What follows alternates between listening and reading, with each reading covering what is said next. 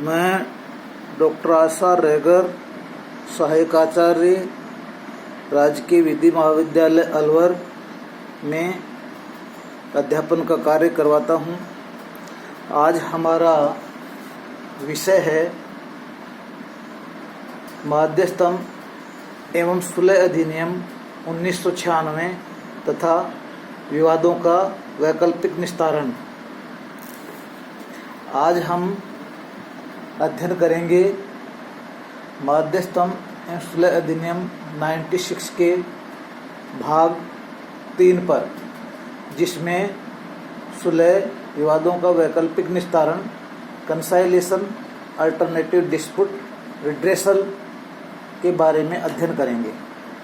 माध्यस्थम तथा सुलह अधिनियम 1996 का भाग 3 सुलह द्वारा बाई कंसाइलेशन विवादों को हल करने के वैकल्पिक यंत्र अल्टरनेटिव मैकेनिज्म के बारे में उपबंध करता है।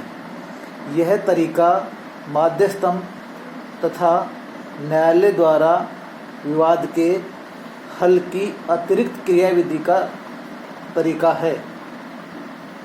इसे विवादों का वैकल्पिक निस्तारण अल्टरनेटिव डिस्प्यूट रिड्रेसल भी कहा जाता है। विवादों के वैकल्पिक या अतिरिक्त निस्तारण अल्टरनेटिव डिस्प्यूट रिड्रेसल ADR के लिए कोई पृथक विधि अधिनियमित नहीं की गई थी। अब हम माध्यस्थम तथा सुलह अधिनियम 1996 के भाग 3 में पक्षकारों द्वारा अपने विवादों को सुलह कंसाइलेशन द्वारा निस्तारण करने की व्यापक व्यवस्था प्रथम बार की गई। इस अधिनियम में सुलह से संबंधित प्रावधान भाग 3 में धारा 61 से 81 तक की धाराओं में वर्णित है। इस प्रक्रिया को संसद द्वारा संवैधानिक मान्यता स्टैट्यूटरी रिकॉग्निशन दी गई है।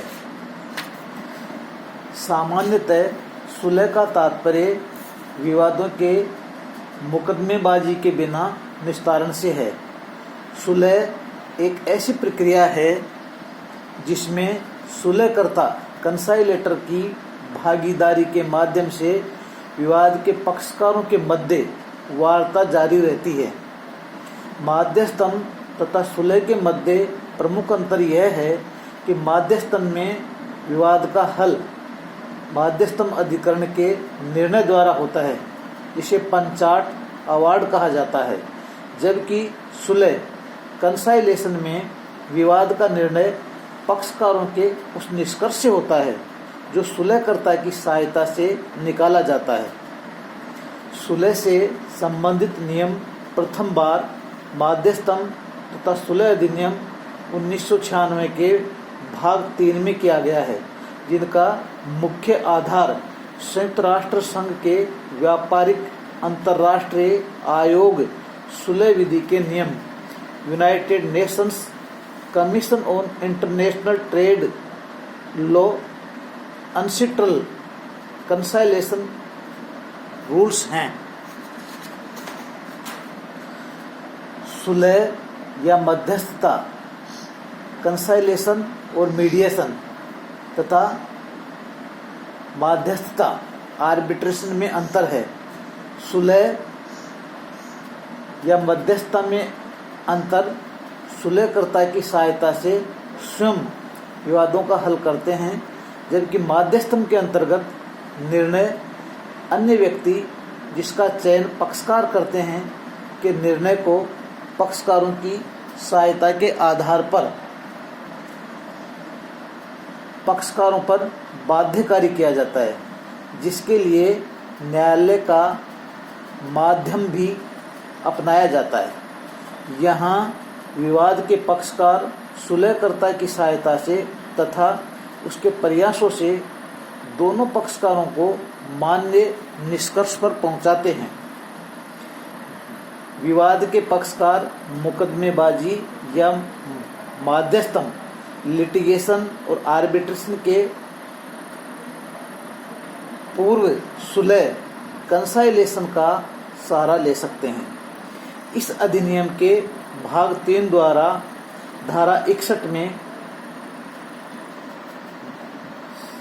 धारा 81 तक में विस्तृत सिद्धांतों का अपनाया गया है। सुलह कार्यवाही के महत्वपूर्ण लक्षण, इम्पोर्टेंट फीचर्स या सुलह कार्यवाही के लाभ इस प्रकार हैं। Advantage of conciliation proceeding.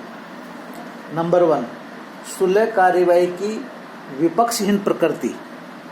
सुलह कार्यवाही में कोई दावेदार या वादी या प्रतिवादी नहीं होता।